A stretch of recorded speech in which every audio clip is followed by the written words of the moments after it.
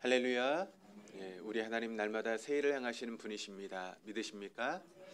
날마다 새 일을 행하신 하나님은 특별한 경우를 제하고는 사람을 통해서 일하시죠. 어떤 사람이죠? 영과 진리로 예배하는 사람. 영으로 예배한다라고 하는 것은 성령의 이끄심을 따라 예배하는 것이고, 또 진리로 예배한다라고 하는 것은 우리에게 선포되는 진리의 말씀 앞에 우리의 삶을 조종하고 또 그 말씀에 순종하는 것입니다. 오늘도 예배 자리에 나온 우리 모두가 성령의 이끄심을 따라 그리고 선포되는 진리의 말씀 앞에 여러분의 삶을 조종하고 또 그 말씀에 순종하심으로 새 역사의 주인공 되시는 우리 동덕의 모든 교우들 다 될 수 있기를 주님의 이름으로 축원합니다. 15세기 네덜란드의 한 수도사가 그 수도사에 들어오는 신입 수도사들을 이제 영적으로 훈련하기 위해서 썼던 책이 있습니다. 토마스 아켄피스의 그리스도를 본받아 The Imitation Christ라고 하는 그런 책입니다. 이 책은 어떻게 보면 그 성 어거스틴이 썼던 고백론 혹은 참회록이라고 하는 그런 책과 존 버년의 철로 역정 그리고 토마스 아켄피스의 그리스도를 본받아라고 하는 이 세 권의 책은 기독교의 3대 고전 안에 들어가는 책입니다. 그러니까 기독교인이라면 이제 누구나 한 번쯤은 읽어봐야 될 그런 3대 고전 중에 하나인데 혹시 여러분 읽어보지 못하신 분들이 계시다면 한번 읽어보시기를 바랍니다. 존 버넌의 철로 역정 같은 경우는 많은 분들이 읽어보셨을 텐데 참회록이라든가 또 그리스도를 본받아라고 하는 책을 한번 읽어보시면 우리 신앙에 참 도전이 되고 많은 유익이 될 것입니다. 토마스 아켄피스는 그리스도를 본받기 위해서 평생을 살았습니다. 13살에 이제 공동생활 형제에 들어가서 공동생활의 그런 의미를 깨닫고 또 신앙에 대해서 배운 후에 거기서 나와서 이제 수도원에 들어가게 됐습니다. 그리고 평생을 통해서 그 수도원에서 이제 인생을 마감할 때까지 그렇게 신입 수도사들을 영적으로 가르치고 또 필사와 저술 그리고 기도와 명상 등을 통해서 신앙생활에 전념하는 그런 삶을 살아갔습니다. 당시 그 아켄피스가 살던 그 시대는 흑사병이 이제 유행을 했고 또 교회는 분열을 일어났고 또 그 당시 이제 계급적인 그런 투쟁이 일어나는 그런 어수선한 생각 가운데 그런 신앙을 지키기 위해서 또 교류와 신학을 추구하기보다는 하나님과 친밀한 관계를 맺기 위해서 애를 쓰고 노력했던 그런 삶을 살았습니다. 신학보다는 경건을, 사색보다는 예배를, 형식보다는 내적인 체험을, 의식보다는 예수님을 쫓아가는 그런 삶을 살기 위해서 부단히 애를 쓰고 노력하면서 그리스도를 닮아가고 본받기 위한 그런 삶을 바로 아켄피스가 살아갔던 것이죠. 그러면서 그는 내면의 방을 이제 구축하며 평생을 보냈습니다. 우리 내면 가운데 방 하나를 구축하고 그 방을 통해서 예수님과의 만남을 가지는 그런 시간들을 아켄피스가 가지게 된 것이죠. 그러면서 그와 같은 경험을 바탕으로 쓰여진 책이 바로 그리스도를 본받아라고 하는 그런 책입니다. 이 책이 총 4권으로 이루어진 책인데 이 책에서 그는 오직 그리스도를 본받고 그분을 따라야 된다라고 하는 것을 가르치며 사람들에게 전했습니다. 그래서 이 책을 읽었던 모든 독자들이 한결같이 영적인 찔림을 받고 주님께 순복하는 그런 경험을 하게 되죠. 1427년에 저술된 이 책은 수세기 동안 많은 사람들에게 말할 수 없는 많은 영향을 끼쳤습니다. 대표적으로 들자면 우리가 마틴 루터 그리고 존 웨슬리 또 존 뉴턴, 디트리 보네퍼 같은 그런 영적인 거장들이 이 책을 읽고 회심에 이르게 되었습니다. 대표적으로 존 웨슬리 같은 경우는 아켄피스의 그리스도를 본받아 그리고 윌리엄 로의 그리스도인의 완전이라고 하는 그런 책을 읽으면서 내 삶을 주님께 헌신해야겠다라고 하는 그런 다짐을 하게 되죠. 그것이 바로 1725년의 일인데 이런 아켄피스의 영적인 깨달음을 따라가다 보면 황무지 같은 우리의 마음 가운데 그리스도를 만나게 되는 방 하나가 생기게 된다는 것입니다. 그리고 그 어두웠던 방에 촛불이 하나 켜지고 그 밝음은 점점 커지고 밝아지는 그런 체험을 하게 된다라고 이야기를 하고 있습니다. 그는 우리에게 이렇게 이야기를 하고 있습니다. 우리가 예수님과 친밀한 관계를 유지하지 못한다면 그 많은 신학적인 지식은 아무런 소용이 없다라고 이야기를 하고 있습니다. 그러니까 여러분, 우리가 예수님과 친밀한 관계를 유지하지 못하면서 신학적으로 많은 지식을 가지고 있다 할지라도 그것은 우리에게 아무런 도움이 되지 않는다는 것이죠. 그러므로 우리의 신앙생활 가운데 정말 중요한 것은 무엇인가 하면 주님과의 친밀한 관계를 우리의 삶 가운데 유지하면서 삶을 살아가는 것이 무엇보다 중요하다는 것입니다. 그래서 그는 회개의 정의를 아는 것보다는 죄에 대해서 회개하는 것이 훨씬 낫다라고 하는 그런 이야기를 하고 있습니다. 회개가 무엇인가 우리가 여러분 신학적으로 정의할 수 있지 않습니까? 그런데 그 회개에 대해서 신학적으로 정의하는 것보다는 우리가 회개하는 그런 관심을 가지고 내 죄를 가지고 하나님 앞에 나아가 회개하는 시간이 훨씬 더 우리에게 유익하다라고 하는 그런 이야기를 하고 있는 것입니다. 그래서 그는 회개로 영적인 묵상을 시작합니다. 그리고 그는 이렇게 이야기를 합니다. 당신의 내면에 그리스도께서 합당한 거처가 마련되기만 하면 주님은 당신께서 오셔서 당신을 위로해 주실 것입니다. 그러나 우리가 그리스도와 연합해 하나가 되지 못한다면 세상 그 어디에도 진정한 안식은 우리에게 없습니다라고 이야기를 하고 있습니다. 여러분, 안식이 없는 이 세상 가운데 우리가 진정한 안식을 얻으려면 어떻게 해야 될까요? 그것은 바로 그리스도와 연합해 하나가 될 때 우리의 삶 가운데 우리 인생 가운데 진정한 안식을 누릴 수 있게 된다는 것입니다. 그러나 우리가 주님과 연합해서 하나가 되지 못한다면 우리는 진정한 안식을 누리지 못하는 그런 삶을 살아갈 수밖에 없다라고 하는 것을 말씀하고 있는 것입니다.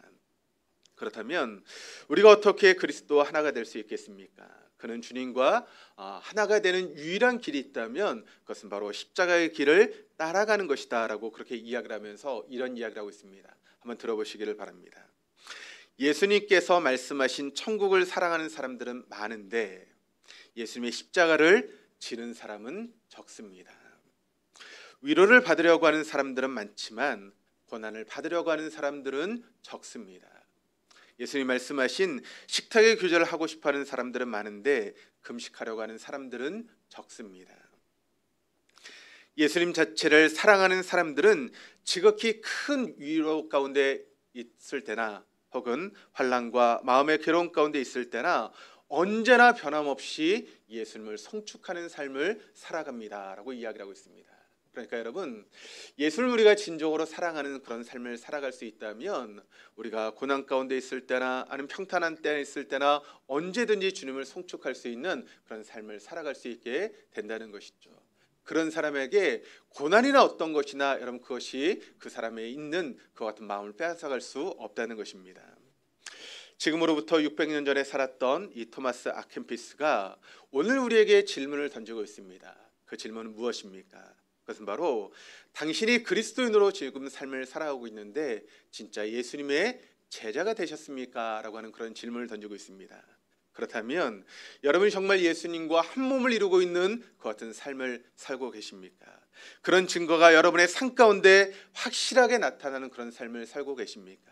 그래서 주위의 사람들이 당신을 보면서 이렇게 말할 수 있습니까? 아, 그래, 저 사람 진정으로 예수님의 제자야 라고 하는 그런 이야기를 우리가 듣고 삶을 살아가느냐는 것이죠. 만일 그렇다면 우리가 그런 삶을 살지 못한다면 여러분 무엇이 문제이겠습니까? 오늘 본문의 말씀을 통해서 그 해답을 함께 찾아가면서 진정한 예수님의 제자로 또 진정으로 예수님과 하나 되어지는 삶을 살아갈 수 있는 우리 동덕의 모든 교우들 다 될 수 있기를 주님의 이름으로 축원합니다. 오늘 본문의 말씀은 빌립보의 가이사라 지방에서 있었던 그런 일입니다. 우리가 읽었던 본문 말씀 바로 앞에 나오는 내용은 어떤 내용인가 하면 우리가 너무나 잘 알고 있는 이야기죠. 그 가이사라 지방에서 예수님과 제자들이 나눴던 그런 이야기를 하고 있는데 예수님이 제자들에게 묻습니다. 사람들이 나를 누구라고 아느냐? 어떤 사람은 엘리야, 어떤 사람은 선지자 중에 하나 그렇게 이야기를 합니다 라고 제자들이 대답을 하게 되죠. 그때 예수님께서 다시 제자들에게 묻습니다. 그렇다면 너희들은 나를 누구라고 생각하느냐? 3년 동안 나와 동고동락하면서 내가 전했던 말씀을 듣고 내가 행했던 모든 것들을 보고 내가 몸소 너에게 보여줬던 그와 같은 것을 경험했던 너희들은 과연 나를 누구라고 생각하느냐라고 그렇게 묻습니다. 그때 여러분 우리가 잘 알고 있는 것처럼 제자였던 베드로가 이렇게 이야기하지 않습니까? 주는 그리스도시요 살아계신 하나님의 아들이십니다. 그 이야기를 들었던 예수님께서 베드로를 칭찬하시죠. 바요나 시몬아 내가 복이 있다. 너에게 이것을 알려주신 것은 사람이 아니라 하늘에 계신 아버지시다 라고 그렇게 칭찬하게 됩니다. 그리고 그런 베드로에게 세 가지 약속을 주님께서 하고 계시죠. 첫 번째는 너는 베드로다. 이 반석 위에 내 교회를 세우시겠다라고 약속하고 있고, 두 번째는 바로 죽음의 문들이 그것을 이기지 못할 것이다 라고 이야기를 하고 있고, 세 번째는 내가 너에게 하늘의 열쇠를 주겠다라고 하는 세 가지 약속을 이런 이야기를 했던 베드로에게 약속하시면서 이야기하십니다. 이것은 너무나 우리가 잘 알고 있는 이야기고, 또 이 말씀을 이해하는 데는 그다지 어렵지 않습니다. 그런데 문제는 이어지는 20절 말씀을 보시면 이렇게 증거하고 있습니다. 우리 같이 한번 읽어보시겠습니다. 이에 제자들에게 경고하사 자기가 그리스도인 것을 아무에게도 이르지 말라 하시니라. 자 베드로가 이렇게 이야기를 합니다. 주는 그리스도시요 살아계신 하나님의 아들이십니다 라고 이야기를 합니다. 그 이야기를 들었던 주님께서 베드로를 칭찬하시면서 이야기하시죠. 그런데 이어지는 20절 말씀을 통해서 그 이야기를 아무에게도 말해서는 안 된다라고 이야기를 하십니다. 좀 이해가 되지 않는 이야기죠. 여러분, 예수님께서 이 땅에 오신 이유는 바로 하나님의 아들로서 또 우리의 그리스도로 또 그렇게 이 땅에 오셔서 우리를 구원하시기 위해서 이 땅에 오신 것 아니겠습니까? 그렇다면 그것을 지금 베드로가 깨달았습니다. 그것을 알게 되었다는 것이죠. 그렇다면 그 베드로가 깨달았던 모든 것들을 사람들에게 알려야 되는 것 아니겠습니까? 네가 알고 있는 그 모든 것들을 세상에 알리면서 그 이야기를 해야 된다라고 그렇게 이야기해야 될 것 같은데, 주님은 그렇게 말씀하지 않으시고 네가 그것을 말해서는 안 된다, 아무에게도 말하지 말라라고 그렇게 엄명하시고 있다는 것이죠. 좀 이해가 되지 않는 그런 부분입니다. 그렇다면 왜 주님께서 이런 이야기를 지금 베드로에게 하고 있는 것일까요? 베드로의 위대한 고백을 들으신 주님께서 왜 아무에게도 이와 같은 이야기를 하지 말라라고 그렇게 말씀하고 있는 이유는 무엇 때문이겠습니까? 우리가 이 말씀 너무나 쉽게 지나쳐버릴 수 있는 그런 질문이지만, 그런데 이 질문은 오늘을 살아가는 우리 그리스도인들에게 너무나 중요한 의미를 지니고 있는 그런 말씀이다라고 하는 것을 우리가 깨달을 수 있어야 됩니다. 우리가 이런 주제를 가지고 오늘 말씀을 함께 나누면서 무엇이 진정한 예수님의 제자의 삶인가에 대해서 함께 말씀을 나누고 은혜를 나눌 수 있는 그런 시간이 될 수 있기를 바랍니다. 여러분, 우리 그리스도인들에게 있어 가장 황당한 때가 있다면 그게 언제이겠습니까? 그것은 바로 우리가 죽음 앞에 이제 하나님 앞에 심판대 앞에 서게 될 때 아니겠습니까? 그런데 그 심판대 앞에 서게 된 우리에게 하나님께서 나는 너희를 모른다라고 말씀하시는 그때가 우리 그리스도인들의 가장 황당한 시간 아니겠습니까? 우리가 오랜 시간 동안 신앙생활하고 또 믿음을 지키며 삶을 살았는데, 그런 우리를 향해서 주님께서 우리를 알지 못한다라고 하는 것은 여러분 어떤 의미가 있습니까? 우리가 지옥에 간다라고 하는 그런 의미 아니겠습니까? 그것처럼 황당한 일이 우리에게 어디 있겠습니까? 내가 그렇게 오랜 시간 동안 신앙생활하고 이런 직분을 가지고 주님 앞에 헌신하며 우리가 삶을 살았는데 주님께서 나를 모르신다니, 여러분 그것이 얼마나 황당한 일이겠습니까? 여러분, 우리가 죽으면 우린 주님의 심판대 앞에 서게 됩니다. 그러면 그 심판대 앞에서 그때부터 검사가 우리의 죄를 고발하기 시작하죠. 그 검사는 바로 사단입니다. 그 사단이 우리가 인생을 살아가면서 알게 모르게 지었던 모든 죄를 다 낱낱이 드러내게 되죠. 심지어 내가 잊고 있었던 죄까지, 또 사람들에게 완전하게 가려졌던 은밀한 죄까지 사단이 다 우리의 죄를 드러내고 폭로하게 되는 것입니다. 그때 여러분, 우리는 어떤 모습이 될까요? 그 이야기를 듣다 보면 아마 우리는 견딜 수 없을 것입니다. 내가 지었던 죄들이 모두 다 드러나게 될 때 우리는 아마 쥐구멍이라도 있으면 들어가고 싶은 그런 마음이 있을 것입니다. 그리고 그 모든 죄가 다 드러나게 될 때 여러분, 우리에게 나여 있는 심판은 어떤 심판이겠습니까? 바로 영원한 죽음, 사형 아니겠습니까? 우리의 죄의 모습을 따진다면 우린 영원히 죽을 수밖에 없는 그런 모습으로 하나님의 심판대 앞에 서게 되는 것이고, 그때 검사인 사단이 우리의 모든 죄를 다 드러내는 그 같은 시간이 우리에게 있게 됩니다. 그런데 그때 잠깐 하면서 나타나신 분이 있습니다. 바로 예수 그리스도이십니다. 그분은 우리의 변호사이십니다. 그때 주님께서 이렇게 말씀하시죠. 맞습니다. 저 검사 사탄이 얘기했던 이야기는 하나도 틀린 것이 없습니다. 그리고 저 검사가 알지 못하던 모든 죄들이 또 있습니다. 그러나 하나님 아버지, 내가 그 죄를 대신해서 내가 십자가를 지지 않았습니까? 저를 보시고 저 형제의 죄를, 저 자매의 죄를 용서해 주십시오. 이 예수님, 하나님의 아들인 예수님의 강력한 변호가 있기에 우리는 그 하나님의 무서운 심판대를 통과할 수 있게 되는 것입니다. 그때 주님께서 이렇게 말씀하시죠. 내가 너를 안다. 내가 바로 이 형제를, 이 자매를 위해서 내가 너의 모든 죄를 지고 십자가를 졌노라. 예수님의 이 한마디가 우리를 영원한 지옥에서 영원한 천국으로 옮겨주는 것입니다. 그런데 마태복음 7장 21절에서 23절까지 말씀이 이렇게 증거하고 있습니다. 우리 한번 같이 한번 읽어보시겠습니다.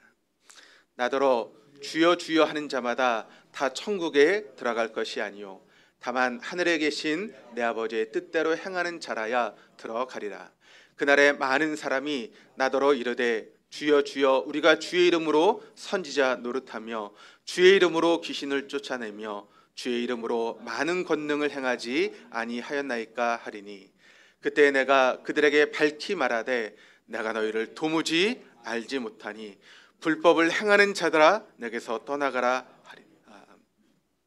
자, 여기 말씀을 보시면 이 사람들이 주님을 전혀 모르는 사람들이 아닙니다. 어떤 의미에서 보면 예수를 믿는 그런 사람들이라고 이야기할 수 있죠. 그래서 그들의 입에서 주여 주여라고 하는 그런 소리가 나왔고 또 예수 이름으로 선지자 노릇했을 뿐만 아니라 주 이름으로 귀신을 쫓아내며 많은 권능을 행했다라고 이야기를 하고 있습니다. 그런데 주님께서 뭐라고 말씀하고 있습니까? 내가 너희를 도무지 알지 못한다. 여러분, 이 말은 어떤 의미가 있습니까? 우리가 영원한 지옥불에 떨어질 수밖에 없다라고 하는 그런 이야기 아니겠습니까? 주님께서 우리를 인정하지 않으면 우리가 어떻게 천국에 들어갈 수 있겠습니까? 주님이 인정하지 않는다라고 하는 것은 우리가 영원한 지옥불에 떨어지는 것을 의미하는 것 아니겠습니까? 내가 너희를 도무지 알지 못한다. 왜 그러셨을까요? 왜 그렇게 됐습니까? 주님께서 그 이유를 우리에게 설명해 주고 계시는데 21절 말씀을 보니까 이렇게 이야기합니다. 다른 게 아니라 하늘에 계신 내 아버지의 뜻을 행하는 자라야 들어갈 수 있다라고 말씀하고 있습니다. 그러므로 주님께서 내가 너희를 도무지 알지 못한다라고 말씀하시는 것은 어떤 의미가 있습니까? 그들의 삶이 주님의 뜻대로 행하지 않았다라고 하는 그런 의미가 있는 것이죠. 주님의 뜻대로 행하지 않은 사람을 주님께서는 알지 못하신다라고 그렇게 말씀하고 있다는 것입니다. 그렇다면 주님의 뜻을 행하는 것은 무엇이겠습니까? 그것을 알아야 우리가 주님의 뜻대로 행할 수 있고 주님께 우리가 인정받고 하나님의 심판대를 통과해서 영원한 천국에 들어갈 수 있는 것 아니겠습니까? 주님의 뜻이 무엇입니까? 본문 24절에서 27절 말씀이 우리에게 이렇게 증거하고 있습니다. 같이 한번 읽어보시겠습니다. 이에 예수께서 제자들에게 이르시되 누구든지 나를 따라오려거든 자기를 부인하고 자기 십자가를 지고 나를 따를 것이니라. 누구든지 제 목숨을 구원하고자 하면 잃을 것이요 누구든지 나를 위하여 제 목숨을 잃으면 찾으리니 사람이 만일 온 천하를 얻고도 제 목숨을 잃으면 무엇이 유익하리요? 사람이 무엇을 주고 제 목숨과 바꾸겠느냐? 인자가 아버지의 영광으로 그 천사들과 함께 오리니 그때 각 사람이 행한 대로 갚으리라. 그때 각 사람이 행한 대로 갚으리라. 어떻게 하면 우리가 이런 삶을 살아갈 수 있을까요? 두 가지 핵심입니다. 이런 삶을 살기 위해서는 첫 번째, 하나님이 누구이신가를 우리가 알아야 이와 같은 삶을 살아갈 수 있다는 것입니다. 여러분, 예수님이 누구십니까? 바로 하나님의 아들이시오 우리를 구원하신 그리스도 구세주가 되시는 분이 바로 주님이시다라고 하는 것을 말씀하고 있는 것이죠. 그래서 여러분, 주님은 제자들에게 뭐라고 말씀하고 있습니까? 너희들은 나를 누구라고 생각하느냐라고 물어보지 않습니까? 그때 선생님은 살아계신 하나님의 아들이시고 동시에 우리를 구원하신 구세주가 되시는 분이십니다라고 그렇게 고백하게 될 때 주님께서 그것을 칭찬하시고 잘했다라고 말씀하고 있죠. 그 다음에 우리가 또 하나 알아야 될 것이 있습니다. 그것은 무엇인가 하면 그분이 어떤 삶을 살아가셨는가라고 하는 것을 우리가 알아야 된다는 것이죠. 21절 말씀을 보시겠습니다. 이때로부터 예수 그리스도께서 자기가 예루살렘에 올라가 장로들과 대제사장들과 서기관들에게 많은 고난을 받고 죽임을 당하고 제3일에 살아나야 할 것을 제자들에게 비로소 나타내시니. 두 가지 핵심입니다. 그분이 누구신가? 바로 하나님의 아들이시고 즉 하나님이시다라고 하는 것을 우리가 알아야 되고, 왜 그분이 고난을 받으셨는가, 왜 그분이 십자가를 지셨는가, 그것은 바로 우리의 죄를 다 사해 주시고 우리를 구원하시기 위해서 예수님이 고난 받으시고 예수님이 십자가에 죽으셨다라고 하는 것을 말씀하고 있다는 것입니다. 다 좋습니다. 그렇다면 그와 같은 고백을 들었던, 위대한 고백을 했던 그와 같은 베드로의 고백에 왜 예수님은 그것을 아무에게도 알리지 말라라고 그렇게 말씀하고 있는 것일까요? 그 이유가 무엇 때문이겠습니까? 그 열쇠를 풀어주는 말씀이 바로 21절의 말씀인데 이렇게 시작을 합니다. 이때로부터. 이것이 헬라어로 아포토테라고 하는 그런 단어가 쓰고 있는데, 이 아포토테라고 하는 단어가 마태복음 28장까지 되어 있는데 딱 두 번 나오고 있는 그런 단어입니다. 그러니까 마태복음 전체를 통해서 딱 두 번 나오고 있는 그런 단어인데, 한 번은 4장 17절에, 또 한 번은 16장 21절에 딱 두 번 나오고 있습니다. 그런데 이유가 있습니다. 이것이 예수님의 공생의 전체를 우리에게 보여주고 있는 대표되는 말씀인데, 여러분 예수님의 공생애를 보게 되면 상기로 예수님의 공생애를 나눌 수 있게 됩니다. 1기가 마태복음 1장 1절에서 4장 16절까지의 말씀을 통해서 준비의 시기인 예수님의 그런 생애를 보여주고 있습니다. 그래서 거기서 예수님이 그 사역을 준비하시는 그런 모습이 나타나고 있죠. 그래서 1장 2장 말씀을 보시면 승으로서의 그런 예수님의 모습이 드러나고 있습니다. 그리고 2기의 말씀을 보시면 스승으로서의 예수님의 그런 모습이 나타나고 있는데, 마태복음 4장 17절에서 마태복음 16장 20절까지 말씀을 통해서 그렇게 나타나고 있습니다. 그런데 1기에서 2기로 넘어가는 말씀이 마태복음 4장 17절 말씀인데 이렇게 증거합니다. 이때로부터 예수께서 비로소 전파에 이르시되 회개하라 천국이 가까이 왔느니라 하시더라. 이때로부터 아포토테라고 하는 단어가 여기 처음 나오고 있죠. 그리고 이 이기의 모습이 16장 20절까지 말씀을 통해서 쭉 이어지고 있고, 그리고 이제 3기의 말씀이 16장 21절 이하의 말씀을 통해 상기로서 모범을 보이신 예수님의 모습이 그렇게 나오고 있는데, 3기를 시작하는 16장 21절 말씀이 이렇게 시작합니다. 이때로부터 예수 그리스도께서. 아포토테라고 하는 단어가 또 여기 나오고 있습니다. 딱 두 번 나오고 있죠. 예수님의 일기의 모습을 우리가 간단하게 살펴보면 마태복음 1장부터 이제 4장 16절까지 말씀을 통해 나타나고 있는데, 1장 2장에는 예수님이 누구신가에 대해서 쭉 이야기되고 있습니다. 구약에서 이야기하고 있는 모든 증언들이 다 예를 들면서 예수님이 누구인가에 대해서 이야기를 하고 있고, 또 3장에는 세례 요한의 이야기가 나오고 있고, 또 4장에는 본격적으로 예수님의 이야기가 시작되고 있는데 4장 2절 말씀이 이렇게 시작을 합니다. 40일을 밤낮으로 금식하신 후에 줄이신지라. 이 말씀은 예수님이 밥을 굶으셨다라고 하는 그런 의미가 아니죠. 예수님이 공생애를 시작하기 전에 40일 동안 금식하시면서 기도하셨다라고 하는 그런 이야기입니다. 그러니까 예수님의 공생애는 바로 기도로 준비하시면서 예수님의 공생애가 시작되고 있다라고 하는 것을 우리에게 증거하고 있는 그런 내용입니다. 그런데 예수님이 이때만 기도하신 것이 아니죠. 예수님 숨을 거두시는 그 순간까지 수시로 기도하셨던 분이 바로 우리 주님이셨습니다. 그러니까 기도가 예수님이 영적인 양식이었다라고 하는 것을 우리는 알 수 있게 됩니다. 그러므로 예수님의 제자가 된 우리들이 어떤 삶을 살아가야 됩니까? 기도의 삶을 살아가야 된다라고 하는 것을 여러분 우리가 다시 한번 깨닫게 되는 것이죠. 기도하지 않고 어떻게 여러분 우리가 주님의 그 길을 따라갈 수 있겠습니까?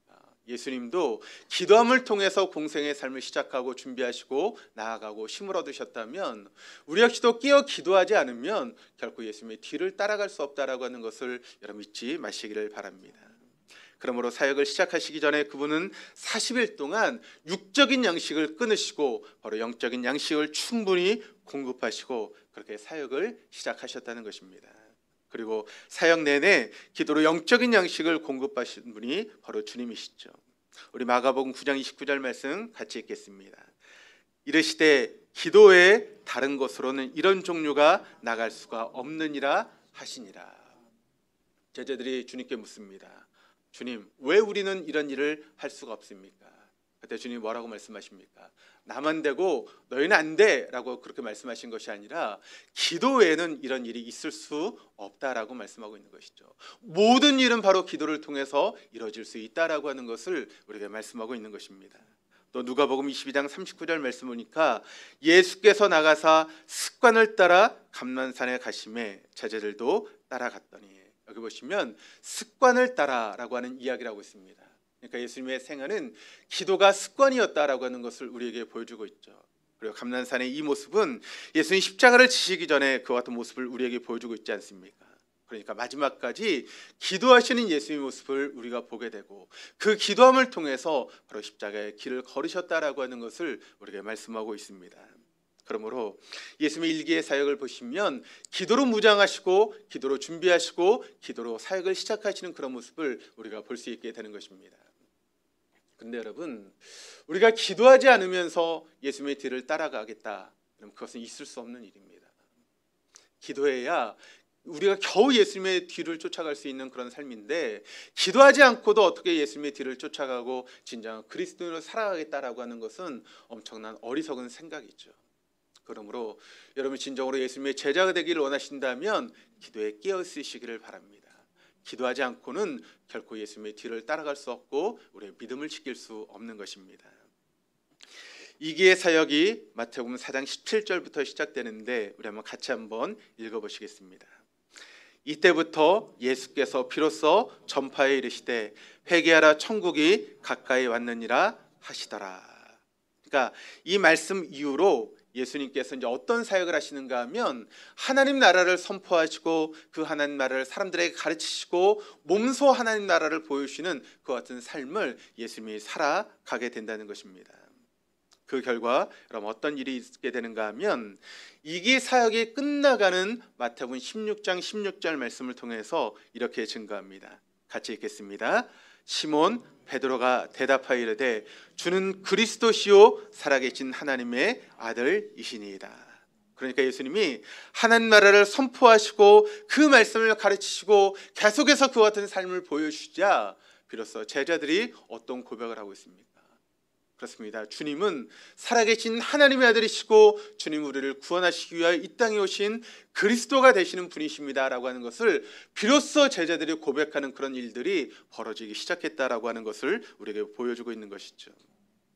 바로 이것이 예수님이 이 땅에 오신 이유를 우리에게 보여주는 그런 말씀이고, 이것이 바로 예수님을 주인으로 모신 교회의 존재 목적이다라고 하는 것을 이 말씀을 통해서 우리는 다시 한번 깨닫게 되는 것입니다.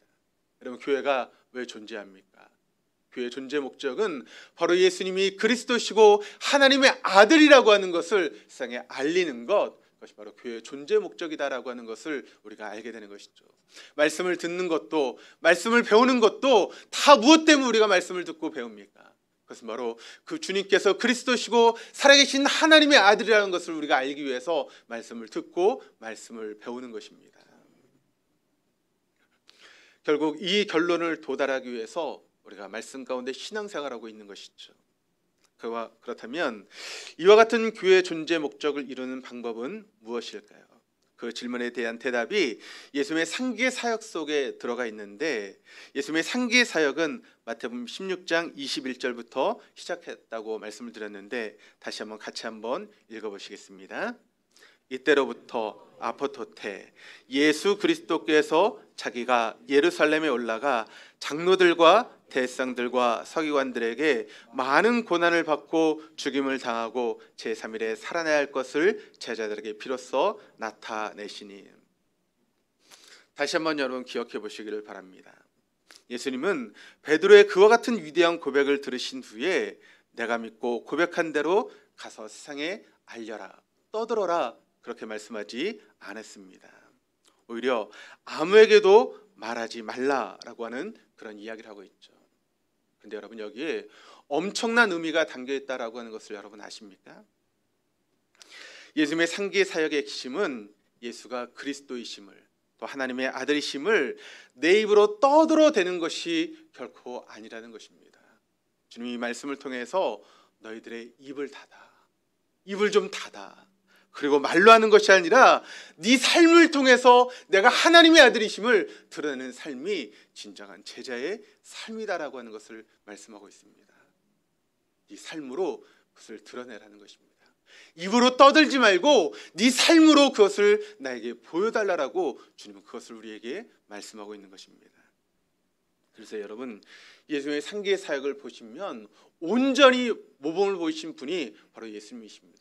말을 하신 것이 아니라 삶의 모범으로서 우리에게 어떤 삶을 살아가야 되는가에 대해서 말씀하고 있는 분이 바로 주님이시죠. 그래서 그분의 공생애는 셋으로 나눌 수 있습니다. 준비하는 기간 내내 기도로 무장하셨습니다. 그 다음 이기는 뭡니까? 승으로서의 예수 그리스도. 그래서 계속 가르치시고 말씀하시고 또 전하시고 하는 그 같은 모습을 통해서 비로소 제자들이 예수님은 그리스도시고 살아계신 하나님의 아들이다라고 하는 그런 고백을 하게 되죠. 그 상기 어떻게 됐습니까? 이제부터 떠들어라? 죄송합니다. 그게 아닙니다. 거친 말로 입을 좀 닫아, 입을 좀 닥쳐, 제발 좀 떠들고 다니지 말고 네 삶을 통해서 보여줘. 네 온몸을 통해서 내가 진정한 하나님의 아들이심을, 내가 진정으로 그리스도라고 하는 것을 너의 삶을 통해서 보여줘야 된다. 이게 바로 상기의 사역입니다. 그런데 제자들이 여러분 이것을 이해했습니까? 이해하지 못했습니다. 그래서 예수님은 이때 마태복음 16장 21절 뿐만 아니라 두 번 더 제자들에게 말씀하시죠. 17장 22절 23절을 읽겠습니다. 갈릴리에 모일 때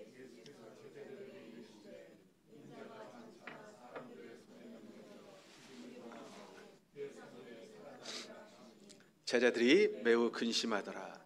20장 18절 19절 읽겠습니다.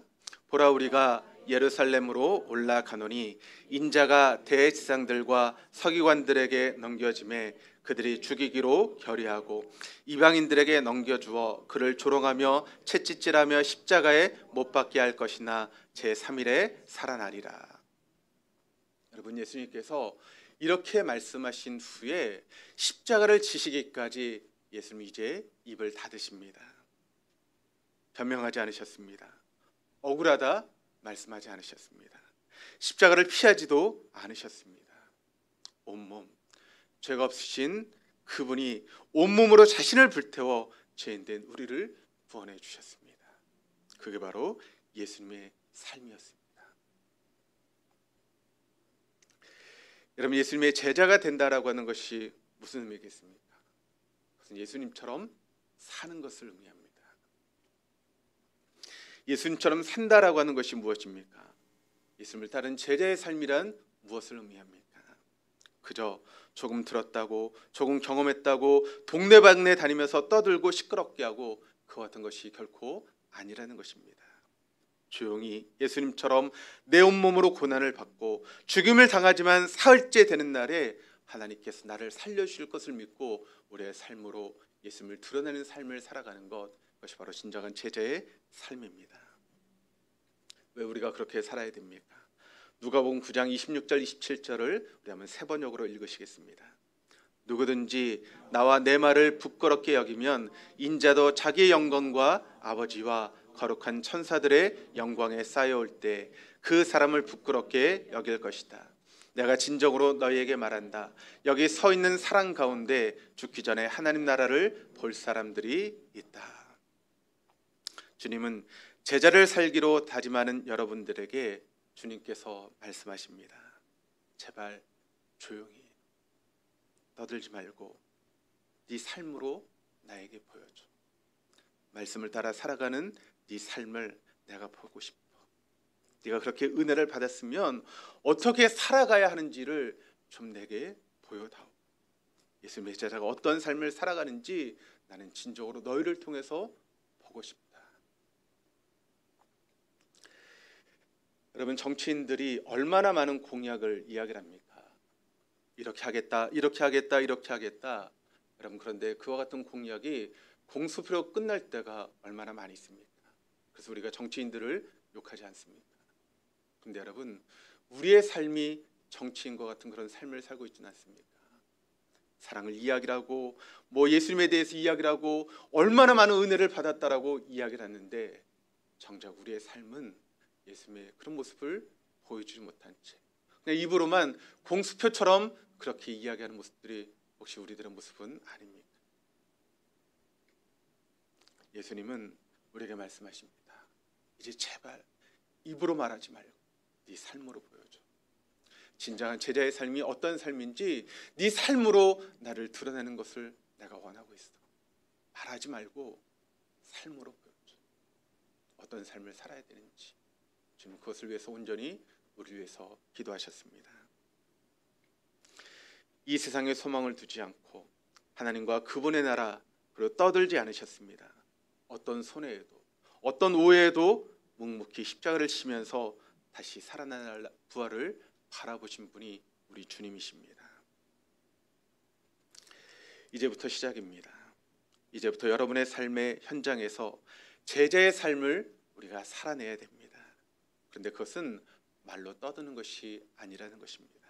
삶으로 살아내는 것입니다. 지금 그런 삶을 살고 계십니까?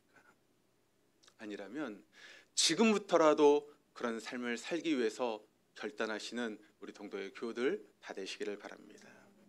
근데 여러분 그게 내가 결단한다고 되어진 일입니까? 결코 아닙니다. 우리가 아무리 결단한다고 해서 그런 삶을 우리가 살아낼 수 있는 것이 아닙니다. 그렇기 때문에 우리는 어떻게 해야 됩니까? 성령님을 모셔드려야 되는 것이죠. 그리고 기도해야 되는 것입니다.